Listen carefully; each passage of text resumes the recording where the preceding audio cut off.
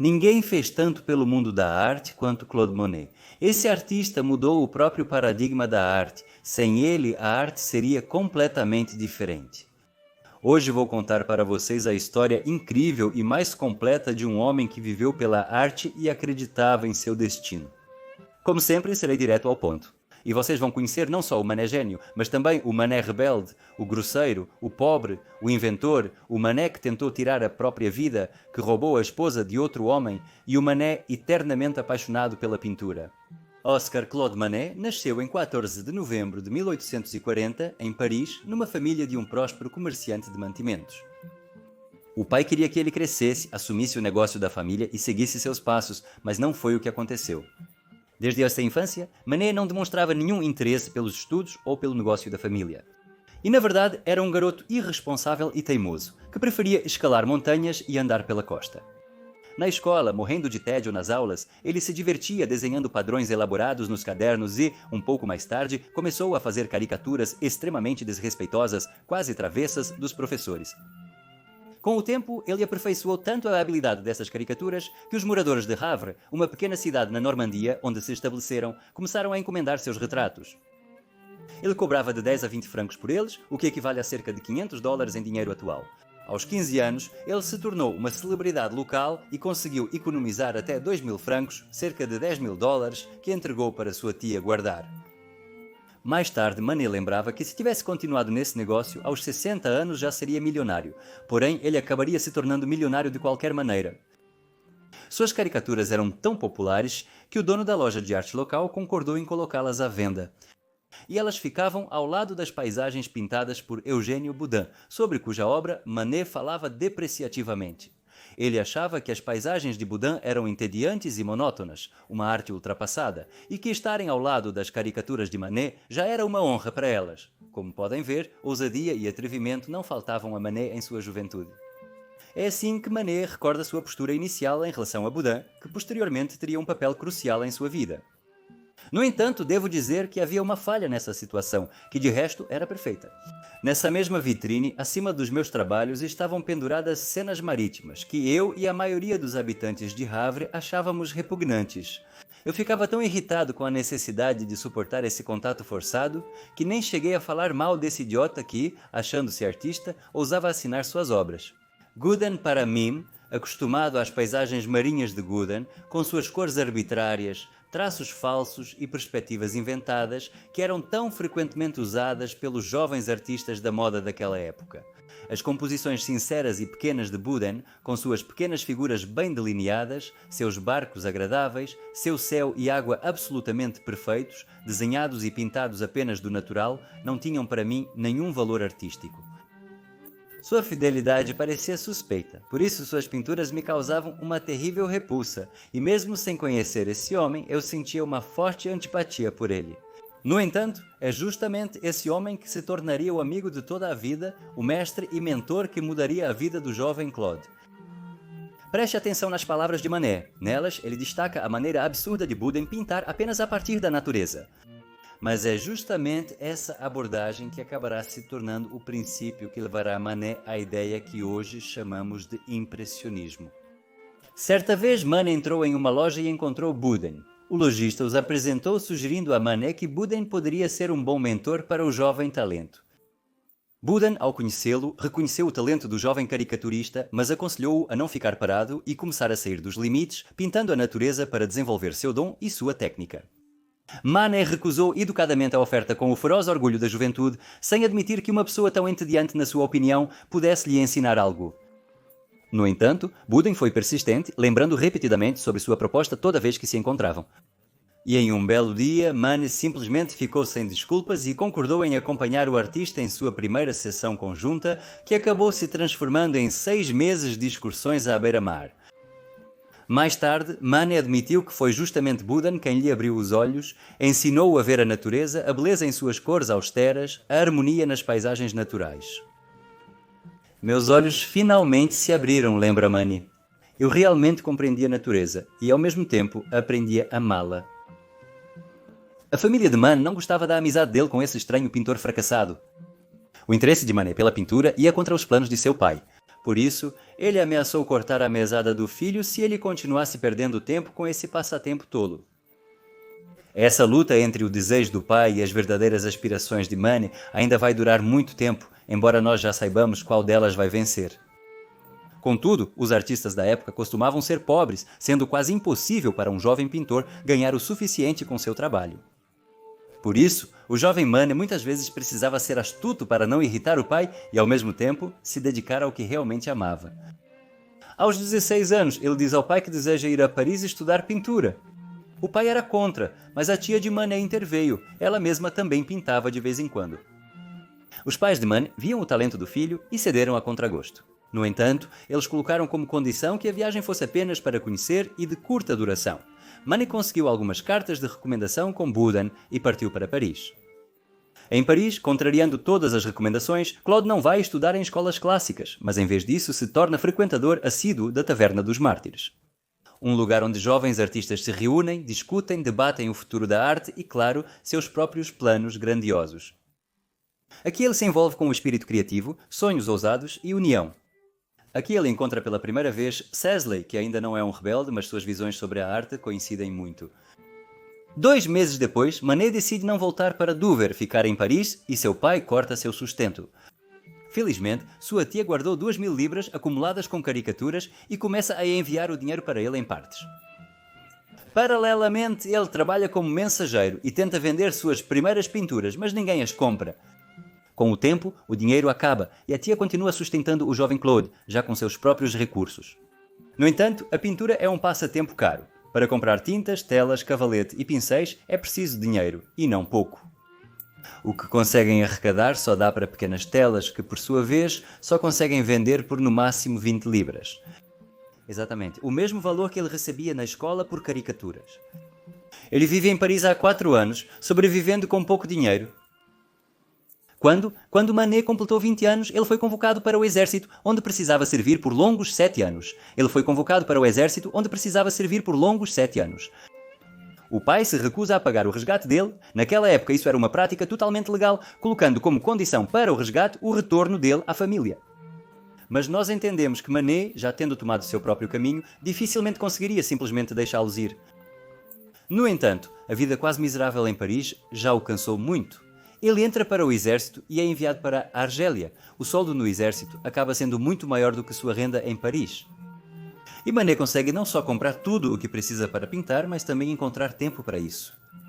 De forma surpreendente, foi justamente no exército, quando não precisava se preocupar com a sobrevivência e tinha tudo de que precisava, que Manet conseguiu pela primeira vez se dedicar à pintura do jeito que queria. Ele passava longas horas praticando, experimentando e aprimorando sua técnica. 2 anos depois, ele contrai tifo, uma doença comum nas guerras daquela época, e é enviado para casa para tratamento. Manet não fica inativo nem durante meio ano de doença grave. Mesmo acamado, ele segue pintando. E ao ver essa paixão incrível e a determinação inabalável de se tornar artista, o pai se comove e tira o filho do exército.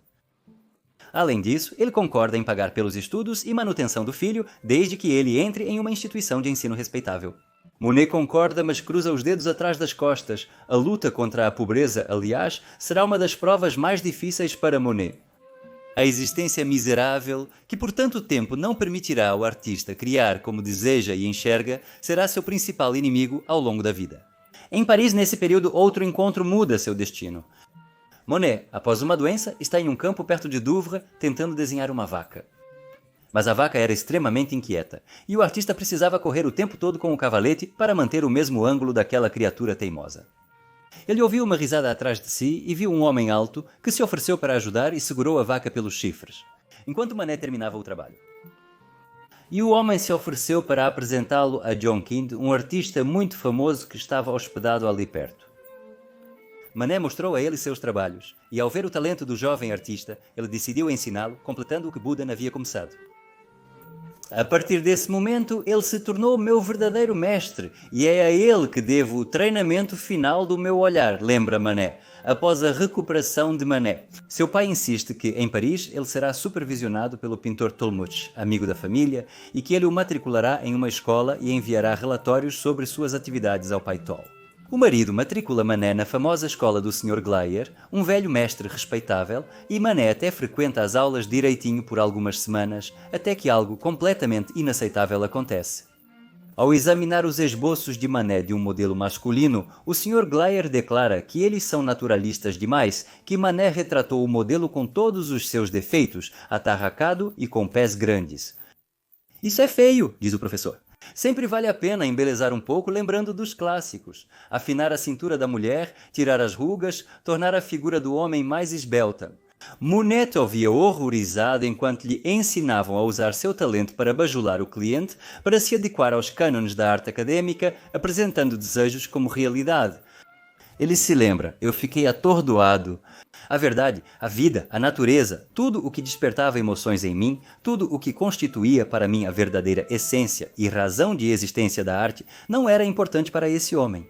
Eu não queria ficar com ele. Eu não acreditava que tinha nascido para seguir sua busca por ilusões perdidas e outras bobagens. Qual o sentido de insistir? Manet decide largar os estudos, mas ainda frequenta as aulas por mais algumas semanas para não irritar o pai e não perder a mesada do mês seguinte. No entanto, é justamente nessa escola que Manet conhece 3 jovens artistas, Auguste, Alfredo e Frederico, também alunos que se tornarão seus grandes amigos. E é justamente esse encontro que em breve vai determinar o rumo do desenvolvimento da arte.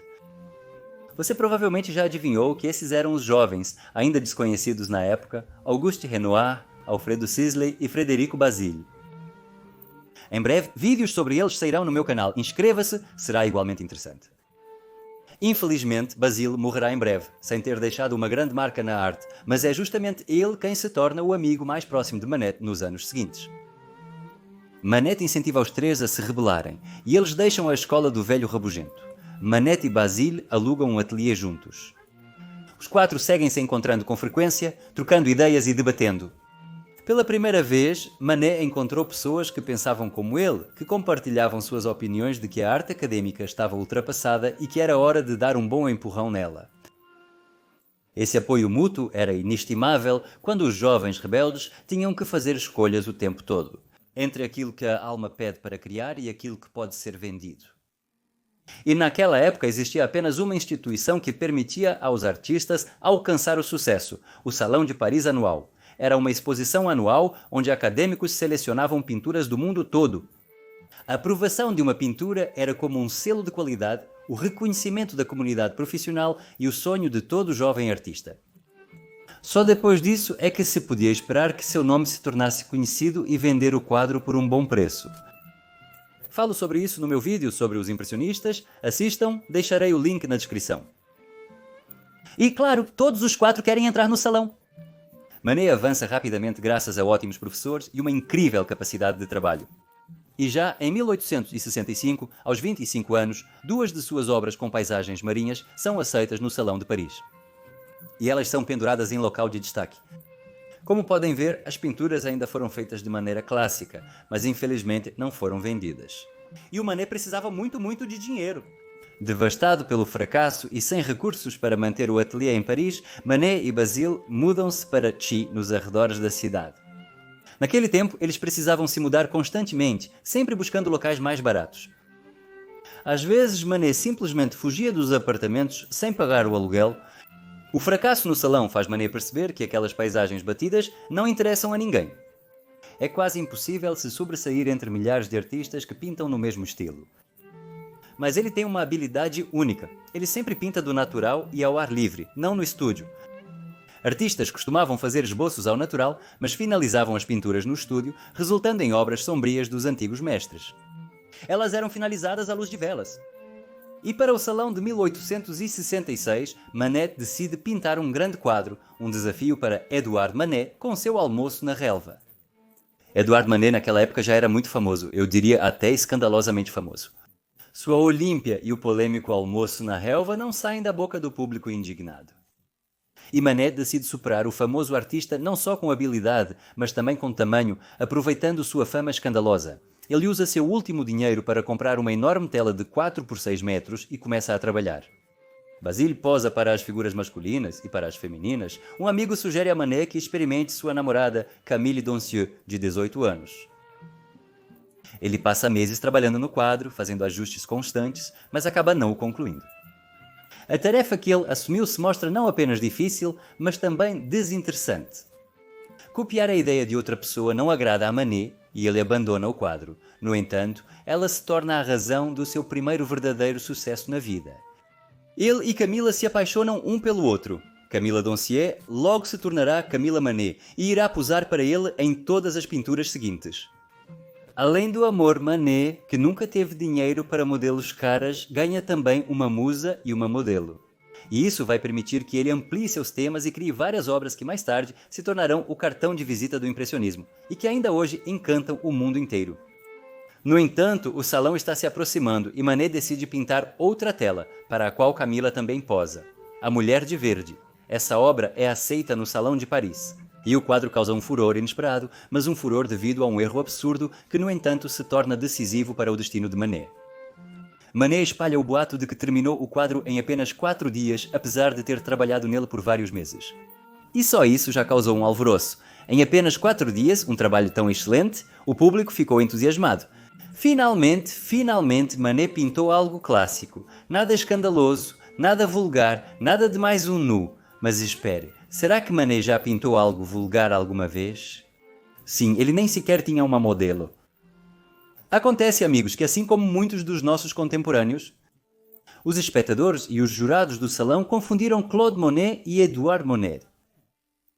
Monet lembra que Monet guardava um velho ressentimento contra mim. No salão de 1866.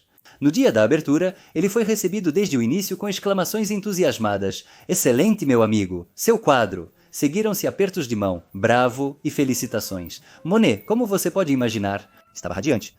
Você também pode imaginar a surpresa dele quando descobriu que a tela que foi tão elogiada era uma das minhas. Era uma mulher de verde. Por coincidência, ao tentar escapar, ele encontrou um grupo de pessoas, incluindo Basílio. E eu! Exclamou ele. Ah, meu amigo, isso é revoltante, estou furioso. Só recebo elogios por causa de um quadro que nem é meu. Pode-se pensar que isso é uma fraude. Antes disso, Edouard Manet já havia falado com desdém sobre o estilo de Claude Monet. Olhe para esse jovem que quer pintar a partir da natureza, como se os antigos nunca tivessem pensado nisso. Então, como você pode imaginar, o primeiro encontro entre Monet e Manet não foi dos melhores, mas isso não vai impedir que eles logo se tornem amigos. No entanto, esse erro desagradável acabou beneficiando Monet. Na verdade, aproveitando o nome de seu colega escandalosamente famoso, ele conseguiu chamar a atenção para si mesmo, para o seu talento. Afinal, se as mulheres de verde eram admiradas como uma pintura de Manet, as pessoas já não podiam dizer que era ruim só porque tinha outro autor. O quadro foi vendido por 800 francos, o que equivale a $4.000 em dinheiro de hoje, e Manet ficou simplesmente feliz. Esse foi o primeiro sucesso financeiro dele e, animado, ele começa a pintar um quadro para o próximo salão. Mulheres no Jardim. Para todas as mulheres, quem posa é Camila. É uma tela grande, e pela primeira vez ele decide usar sua habilidade e pintá-la completamente ao ar livre. Mas a tela é enorme e para alcançar a parte de cima da pintura, ele teve que cavar uma trincheira e abaixar a tela nela com um guincho especial. Manet ficou mais ousado. Ele decide não detalhar os rostos, focando no jogo de luz sobre os vestidos e as folhas. Diariamente aguarda o momento ideal para capturar com precisão o jogo de luz, como fez ontem. Mas o trabalho é recusado para o salão de 1867. Que rostos borrados são esses? Que atitude desleixada em relação à modelo e falta de respeito pela pintura. Depois de gastar todo o dinheiro da venda dos quadros, Manet entra em depressão. Mais tarde, em 1921, 54 anos depois, quando Manet se tornar famoso, a França comprará dele as mulheres rejeitadas no jardim por 200.000 francos. Bem, por enquanto, ele tem que raspar a tinta das telas antigas para não precisar comprar novas e poder continuar pintando. Ela está tão desesperada que, em certo momento, simplesmente se joga no Sena. Tentativas de suicídio. Mas no caminho, ela muda de direção e volta para a terra firme, para a alegria de todos, sem ter coragem de dar esse passo desesperado. A pobreza constante o esgota, não lhe dá um respiro. Ele está sempre tendo que pedir dinheiro emprestado ao Renoir e ao Basile.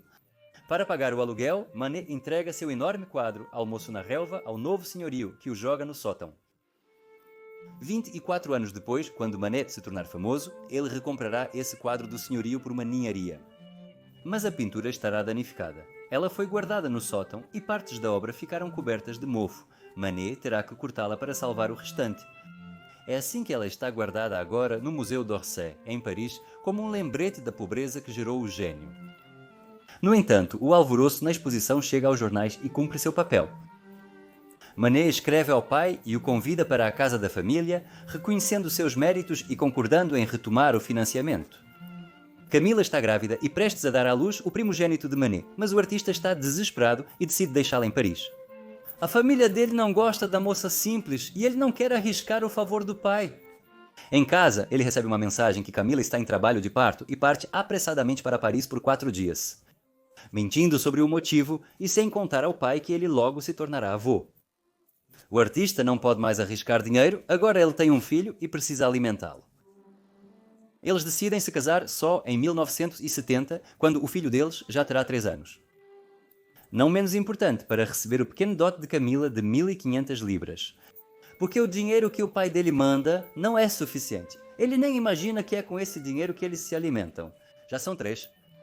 Em 1869, eles se mudam novamente para a vila de Argenteuil, perto de Paris, ao lado da casa onde morava Renoir. Os artistas se aproximam ainda mais e frequentemente fazem sessões juntos ao ar livre. A cidade fica às margens do Sena e é um local popular para a regata de Paris. E Manet se interessa em retratar a água. E aqui é preciso descrever um pouco a época. Foi um tempo de descobertas incríveis. A fotografia tinha acabado de se espalhar por toda a Europa e ela abriu para os artistas ângulos, temas e possibilidades que não existiam antes. Os artistas literalmente enlouqueciam, fotografando e, de fato, criando pinturas instantâneas. Simultaneamente, a pintura de retratos torna-se quase desnecessária. A forma clássica da pintura sofre com a forte concorrência da fotografia, que é muito mais rápida, barata e capaz de retratar a realidade com mais precisão. Eu falo sobre esses tempos incríveis nos meus vídeos sobre impressionismo e fotografia. Não deixe de assistir. Trens e navios a vapor aceleram as viagens. A revolução tecnológica está a todo vapor, o mundo literalmente está explodindo de tantas descobertas e só a arte permanece em sua bolha de classicismo, ferozmente protegida pela Academia de Paris. Em 1867, um trabalho importante é publicado, causando uma revolução no mundo da arte. O trabalho Princípios da Harmonia e Contraste das Cores, escrito por Michel-Eugène Chevreul, foi publicado em 1839. Porém, era tão complicado e confuso que os artistas não conseguiam entendê-lo. E em 1867, o crítico francês Charles Blanc lançou um breve resumo desse trabalho que simplesmente explodiu a mente dos artistas. Nele, os princípios do círculo cromático foram descritos pela primeira vez, e dizia-se que, quando duas cores estão lado a lado, começamos a perceber visualmente cada uma delas um pouco tingida pela cor vizinha. Assim, a proximidade com o amarelo faz o vermelho parecer um pouco alaranjado e o azul esverdeado. Essa pesquisa afirmava pela primeira vez que não percebemos as cores como elas realmente são, mas sempre as vemos um pouco tingidas pelas cores dos objetos ao redor.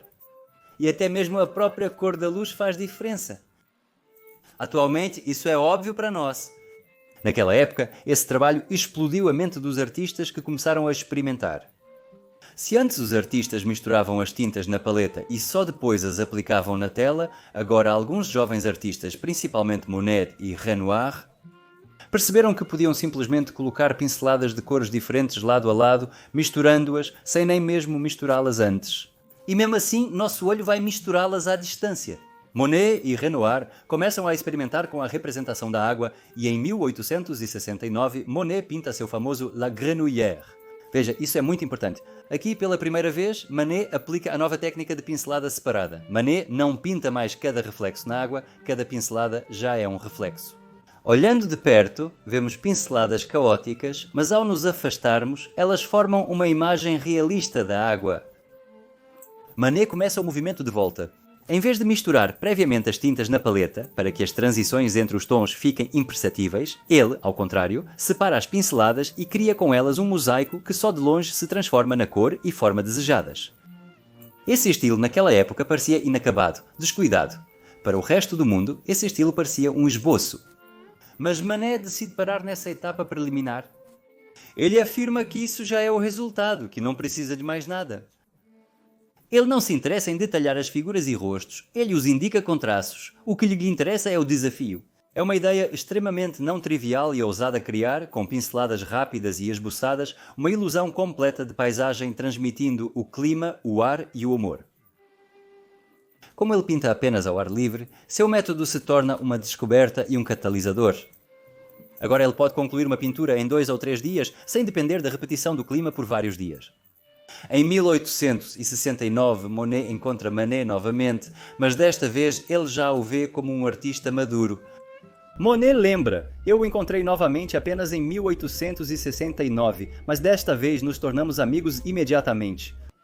Desde o primeiro encontro, ele me convidou para me juntar a ele todas as noites no Café Batignolles, onde se reunia com amigos para conversar após o dia nos ateliês.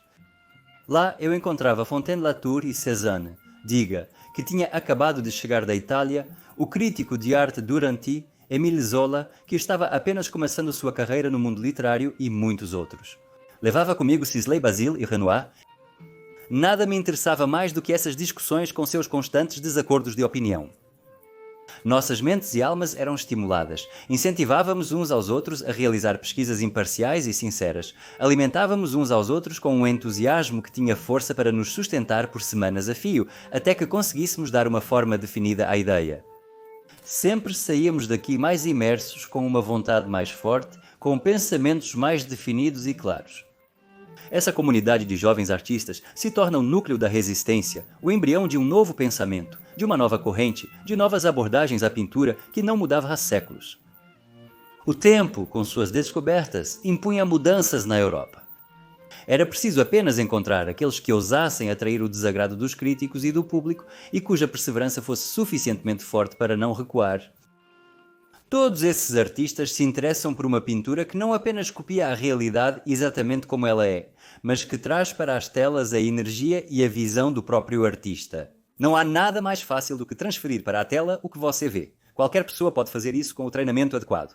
É algo completamente diferente retratar o que se vê, de forma que a própria pintura se torne um prisma único da realidade, criada e interpretada pelo próprio artista com base na paisagem observada, mas não como uma cópia direta e entediante dessa paisagem.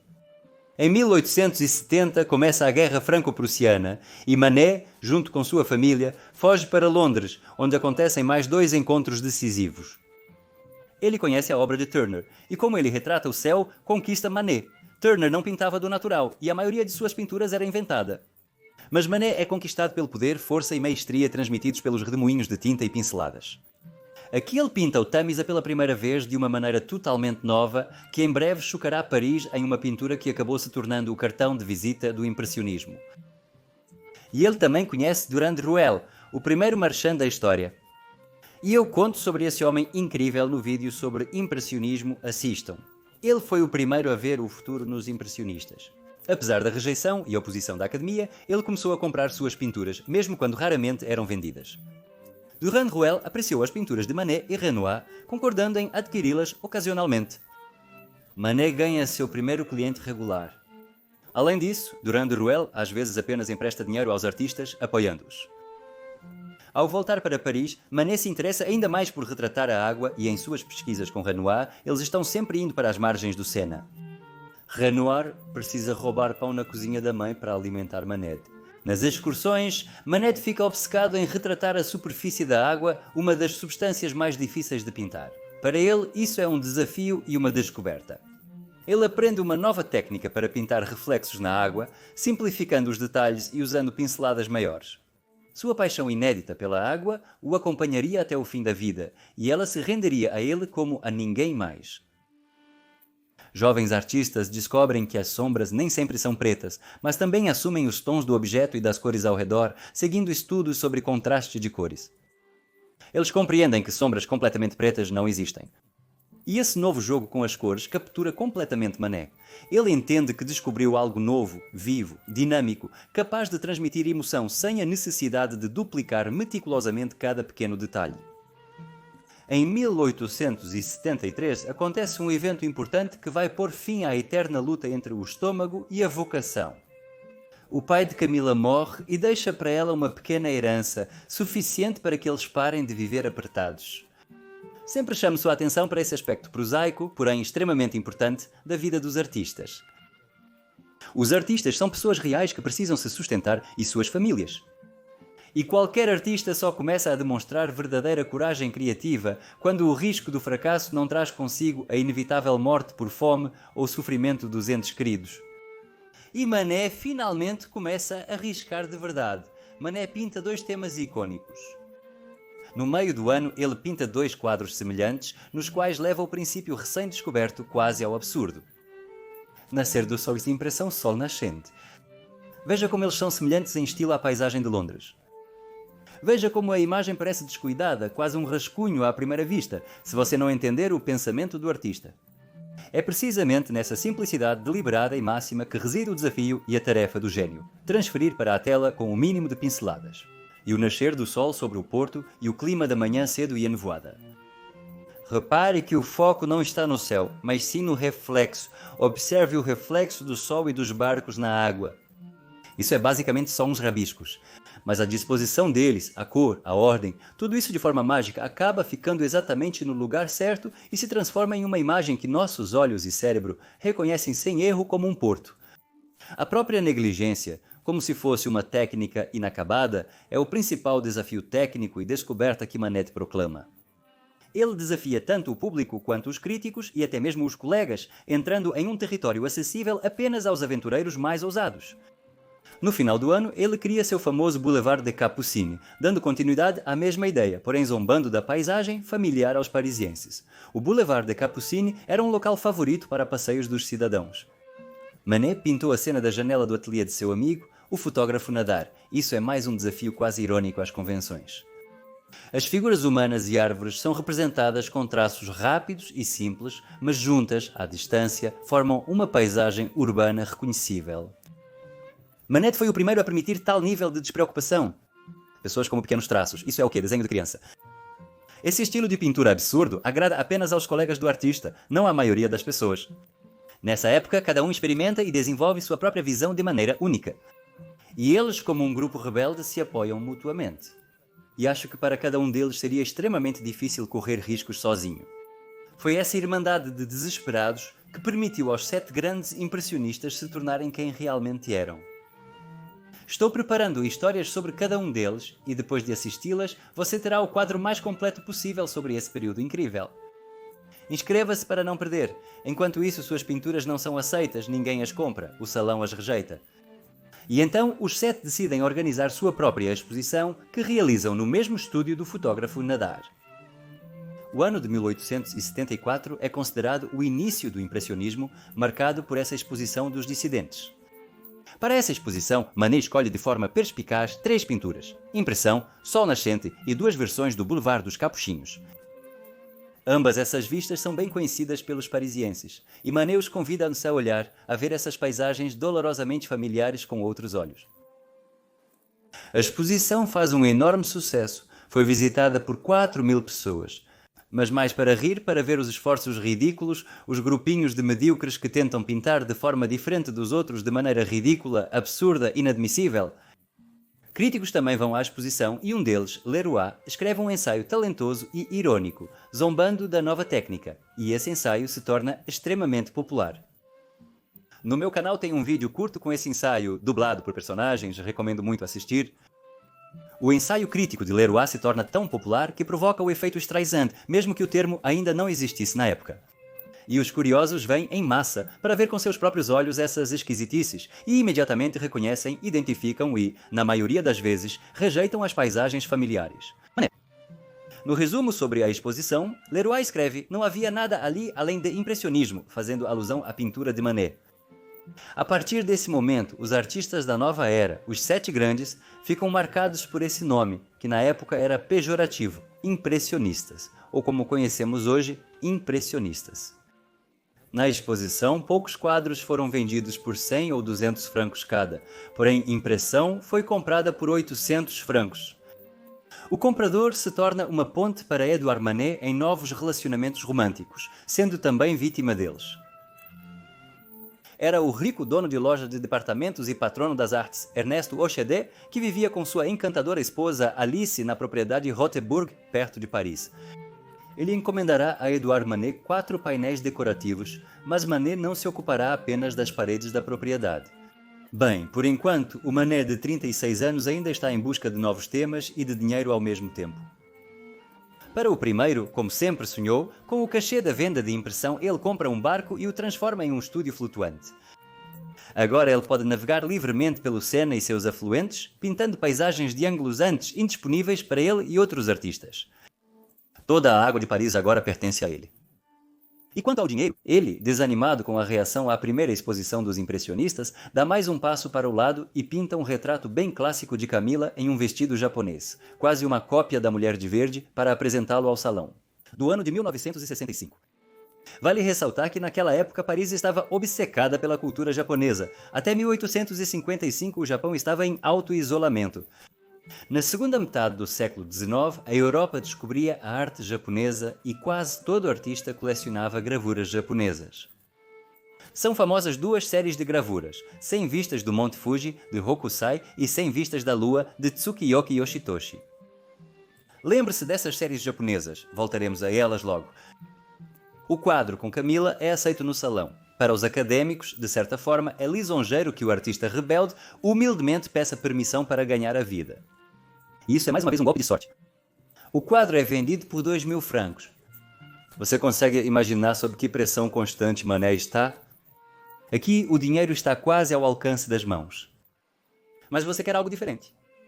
Você já está empolgado com a ideia e tem certeza de que ela é o futuro, mas para realizá-la você precisa de dinheiro. Uma escolha dolorosa que um artista pobre tinha que fazer todos os dias.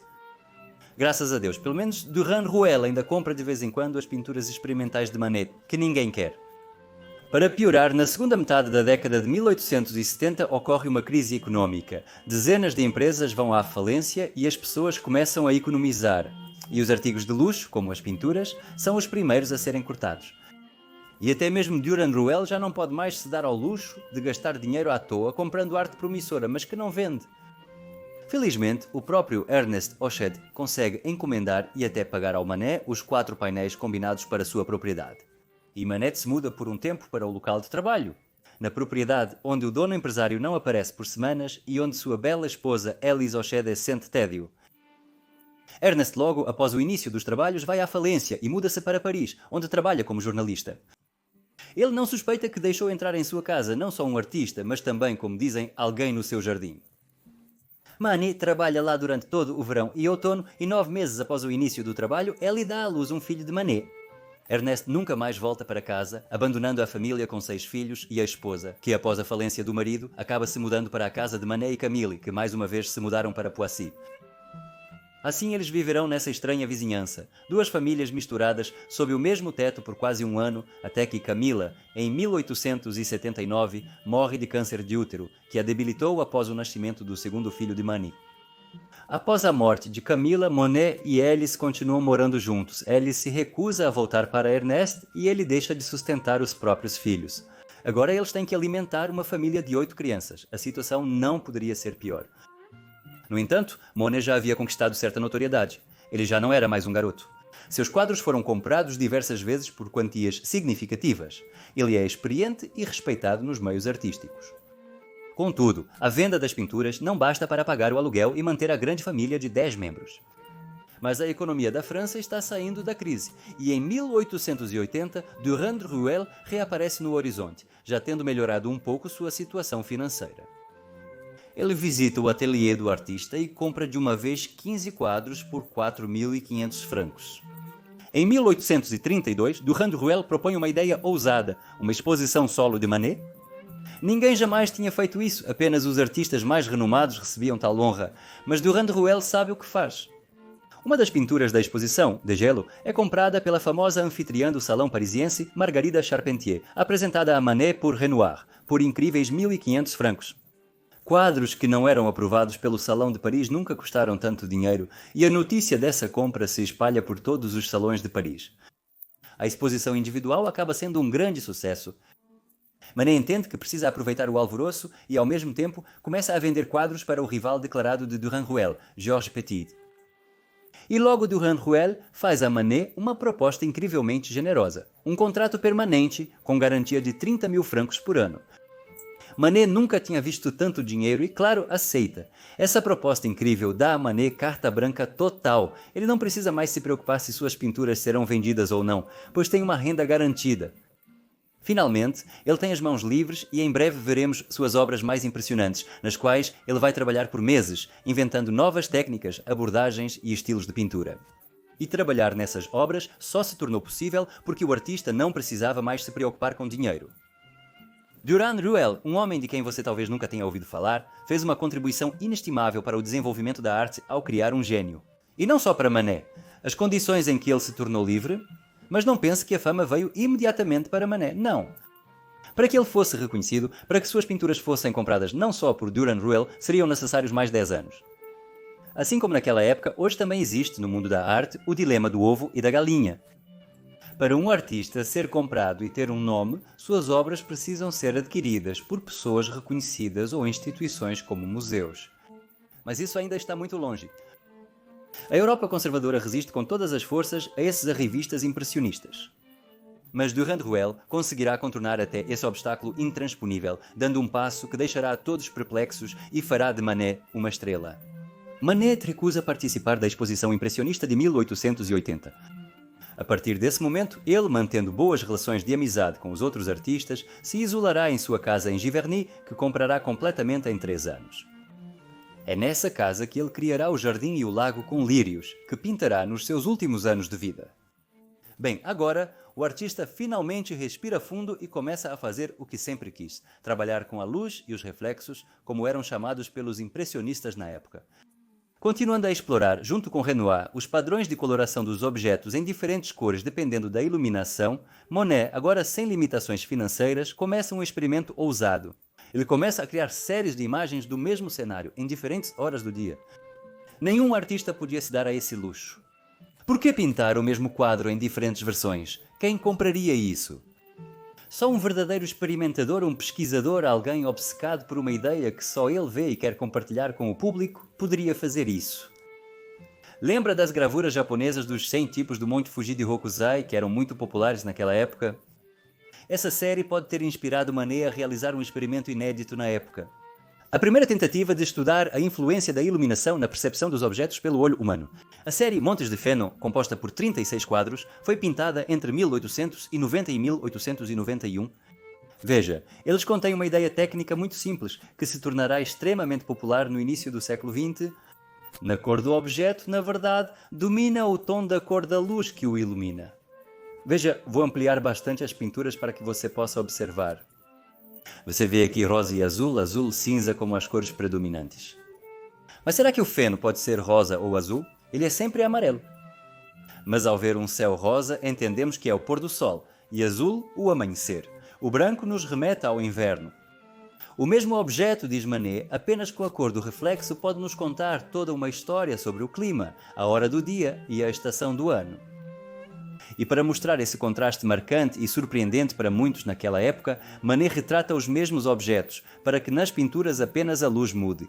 O estilo clássico acadêmico de pintura sempre retrata os objetos como eles são: árvores verdes, céu azul, rio azul claro, sol amarelo. Se pedirem para você desenhar uma árvore, que tinta você vai pegar? Verde? E se pedissem isso para Manet, ele perguntaria: em que hora do dia, com que tempo e em que estação do ano? Entende?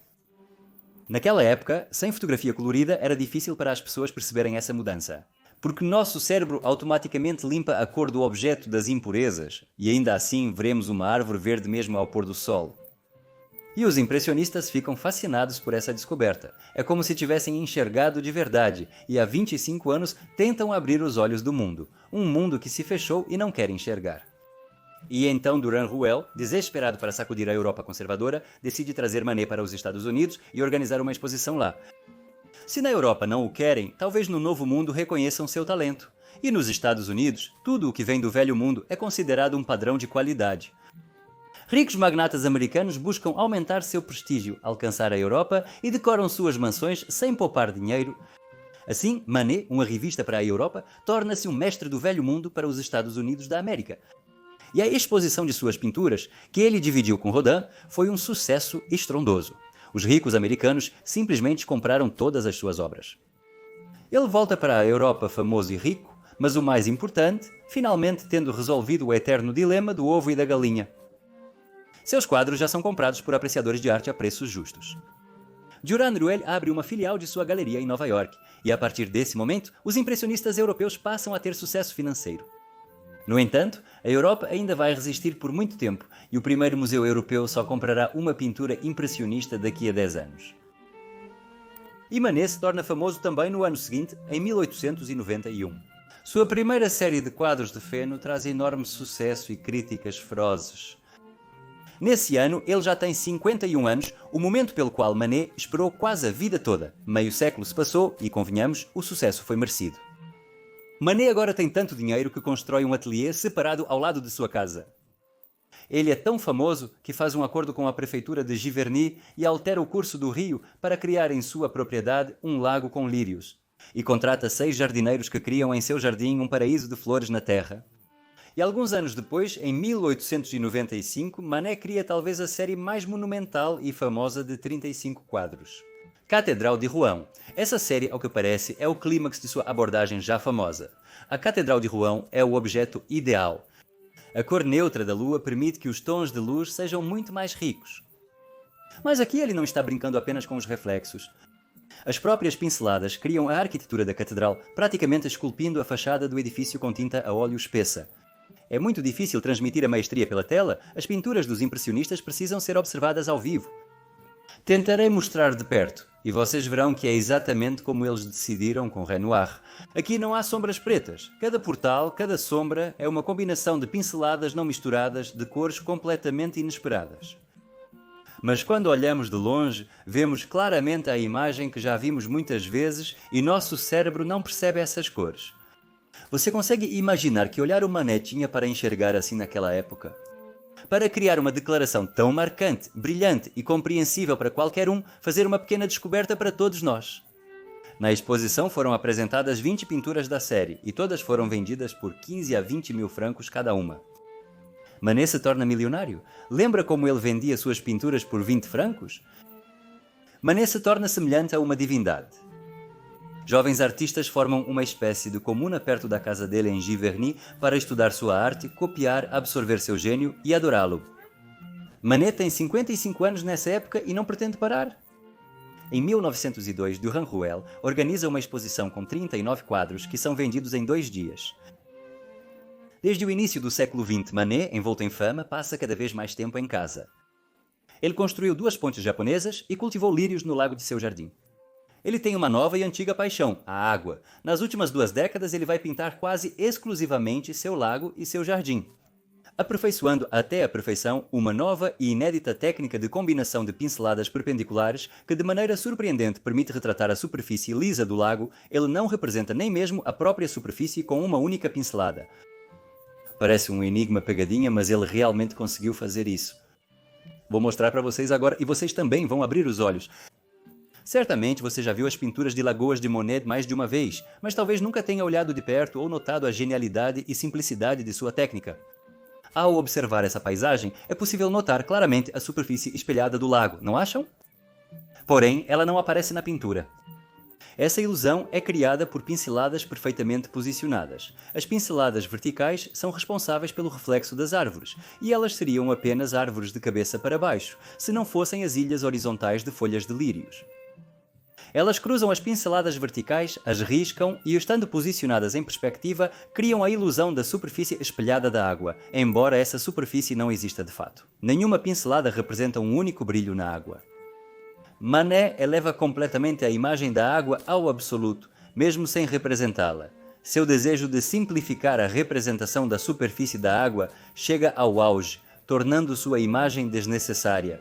E mesmo assim, nossos olhos veem claramente e sem dúvida esse lago e as ninféias flutuando sobre ele. Você está vendo isso, não está? É genial e impressionante. E sim, agora, quando vemos isso, parece tão simples e pensamos que poderíamos ter percebido isso sozinhos. Mas por centenas de anos as pessoas pintaram a água, tentaram transmitir sua transparência, os reflexos na água, mas nunca conseguiram retratar aquilo que nem mesmo está representado. Resta um período crucial. Em 1907, Manet começa a ter problemas de visão. Ele é diagnosticado com catarata e começa a perder a visão.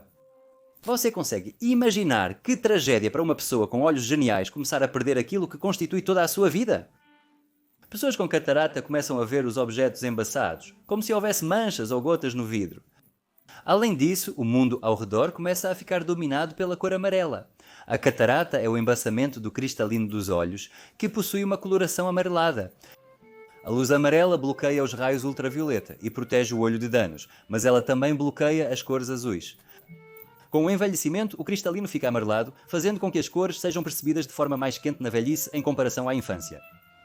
Manet já tem 70 anos.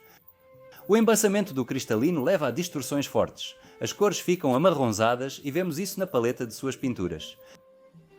Mas Manet tem medo de fazer a cirurgia. É arriscado demais. Uma amiga dele teve complicações graves depois de uma operação parecida. A doença progride muito lentamente e, no começo, Manet não dá atenção a ela, mas aos poucos ele começa a perceber que as distorções estão fortes demais. Ele coloca o nome das cores nas latas de tinta para não se confundir e deixa de pintar a linha do horizonte, evitando o céu instável, mas o seu lago ele conhece bem. Na verdade, ele pinta de memória. Manet adia a cirurgia até o último instante, quase ficando cego.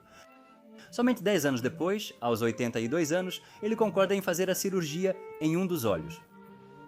A cirurgia é bem sucedida, mas Manet precisa usar óculos amarelados, pois sua percepção de cor ficou distorcida. Ele odeia os óculos porque distorcem as proporções. E quando ele recupera a visão, começa a destruir centenas de quadros criados nos últimos 15 anos, percebendo que a coloração deles está distorcida. Elas são mais opacas e têm pinceladas em excesso. Contudo, é como se ele ressuscitasse com suas obras mais célebres sendo criadas após a cirurgia. É como se tivessem devolvido a ele tanto a visão quanto a maestria que nós também apreciamos. Em 1924, ele oferece ao governo francês um presente, um projeto como nunca antes visto. Ele propõe criar uma sala oval com paredes totalmente pintadas para que o espectador se sinta dentro de um barco. No centro do lago e ao redor dele, um lago com lírios, para criar um efeito 3D de imersão máxima. O governo já reconheceu seus méritos, comprando a pintura por 200 mil francos e concorda, construindo especialmente para Manet 2 pavilhões ovais que ele pinta, deixando para nós sua visão surpreendente. Literalmente, alguns meses após terminar seu presente para a nação, Manet morre de câncer de pulmão, sem soltar o pincel das mãos até sua morte. Hoje as pinturas de Manet valem centenas de milhões de dólares. Em 2019, os mesmos montes de feno foram vendidos por 110 milhões de dólares. Ele é um dos artistas mais reverenciados do mundo, e espero que depois do meu vídeo você tenha entendido por que Manet está entre os meus 3 artistas favoritos. E sobre os outros 2 e seu destino trágico, vou contar muito em breve. Inscreva-se para não perder. Tchau a todos.